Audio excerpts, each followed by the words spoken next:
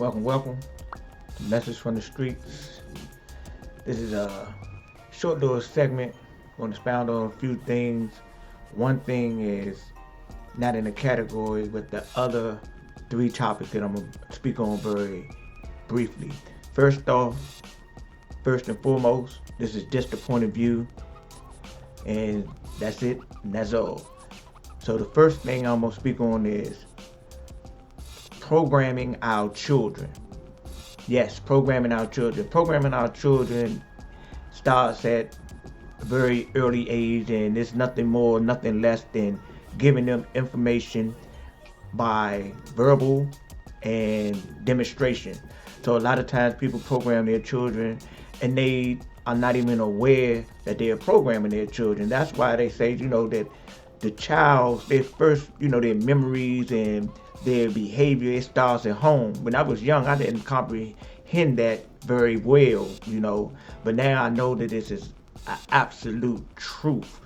Children do have their own personalities, yet it's up to the parents to form and do the clay thing and create those little people in a direction that's going to be beneficial and positive to them until they get of age, and then they can choose their own direction. But it's the parents' responsibility as far as the child's diet, their clothing, their TV viewing time, the time they spend on their electronics.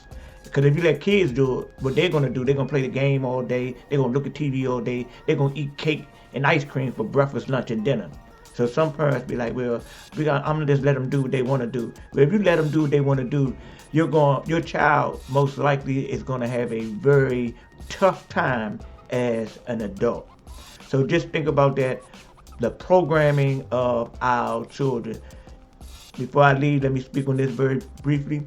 Some children, they go to school and they bully other children. Why? Because they see their fathers bullying their mothers and their other siblings, or they see their mothers bullying their father and their other siblings. So this bullying stuff that people talk about a lot, it starts at home as well. Child go to school and they cussing. I'm gonna give you one of my own personal experience. When my son was young, the kids came. They said, "Hey, sir, your son, he was cussing on the school bus." I knew that he was cussing on the school bus. Why? Because he was in an environment that cursing was demonstrated 80-90% out of the day.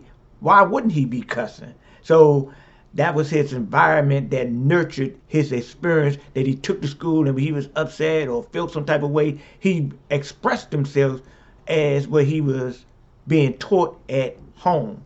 Again, programming our children, it starts at home, so you can give your children all types of information, start to groom them in different types of ways and directions, even if they are resistant to certain things that that's going to be beneficial for them. You're the parent and they the child. And that's what's going on out here. A lot of these children are being the parents, and a lot of these parents are being the child. So moving on to the next topic, totally off topic of that, I'm moving over to the Super Bowl. Said that Dr. Dre, he put up close to $7 million towards the Super Bowl halftime performance. Other people contribute, but the first thing that I could think about, first of all, is the NFL is a racist organization, has been from its very origin, and still has the residue of racism and the good old boys associated with the NFL. I know from Dre and Snoop and Eminem and Murray, all of them, they were getting promoted. They use it as a promotional platform, but that's like going to the to a auditorium that is that is funded and owned by the Ku Klux Klan, because that's what the NFL is. They are another form of white nationalist group. They are the good old boys. That's why you don't have any other than Caucasian Europeans as the owners of these NFL teams. And my thing got my antennas up is $7 million is a lot of money, Dre. I don't know what you're doing over in California or where you stand at your community, but these children out here, they need schools. They need schools and after school activities with places, learning centers where they can go, where they can get nourished and be put on a different plight, so they don't have to choose to be a blood or a crip, Dre. A blood or a crip, Dre. So you got $7 million to put towards a halftime performance, and I ain't trying to tell you what you're doing with your money. But your money, that's your money. But these children out here, they need individuals such as yourself that have finances. This is how European, Caucasian, and other nationalities, so-called Jews, Zionists, communities, they nurture, they put back into the communities, and their children become lawyers and judges, and they're running the countries now. But we're going to put on a halftime performance. Moving forward, Snoop purchasing Death Row. Congratulations, Snoop. Yet I hope that you bring a different type of imagery to Death Row. It's your money, it's your company, you do what you do. Snoop, everybody knows that for real, you blaze that blaze and do what you do, but you're a good dude, man. Help the kids, Snoop. Help the next generation. Do what the Creator has assigned you to do with those finances that He's blessing you with. Open up some centers. Do something that will promote the development of young minds. We got scientists, we got mechanics, we got lawyers and doctors and all these types of things within our communities all across this country and all across this world. But guess what? The opportunities are limited. I know some people say, well, such and such did this, Oprah did this, Obama did that, and this and this and this and this. That's not the status norm. That is the abnormal. But we got to try to make that the normal, and by making this a normal, finances is needed. Congratulations again, Snoop. Do the right thing, my brother. Going to Eminem, much respect. It's controversial about you kneeling at the halftime show. Some say that it was in acknowledgement of Kaepernick.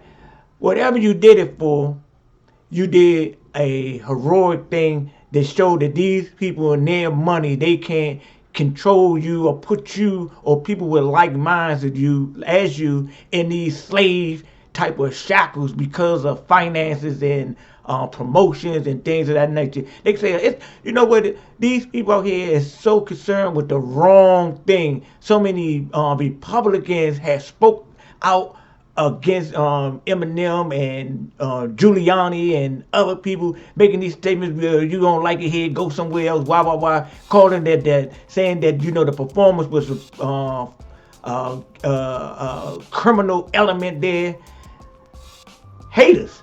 See what I'm saying? So y'all doing something right, Dre, Snoop, Eminem, y'all doing something right out there because they identified y'all as criminals. But you know what? The criminals are calling y'all criminals when they helped create this environment or living off the energy of their forefathers that created this criminal element that a lot of our people fall victims to.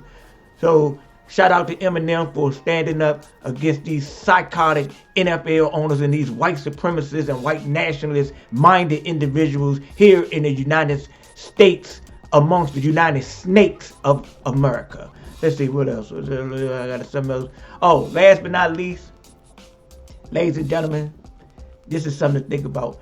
In the thick of the reality, our greatest opponent is not the Europeans, it's not the person on your job, it's not your neighbors, it's not your brothers, it's not your sisters, it's us. We're fighting ourselves every day. And sometimes the entity and energy of our behavior and our states of mind, it manifests in other people when they come to challenge us. So remember, it's not about that individually, physically. It's about you mentally and spiritually.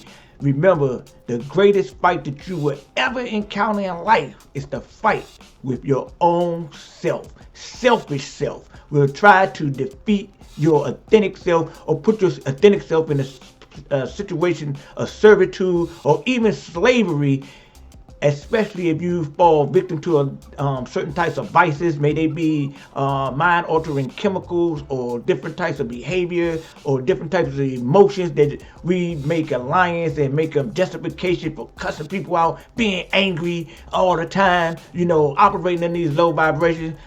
Hey man, that is your lower self operating in a selfish system that you have forged for yourself. Raise up out of there, because it's illusion. It's there, but it doesn't have to be. That's not where we're supposed to be. Thank you for viewing Message from the Streets. Once again, this was just a point of view, something for you to think about. And at the end of the day, praise him that raised him. Have a blessed day on purpose, with purpose, because life is all purpose.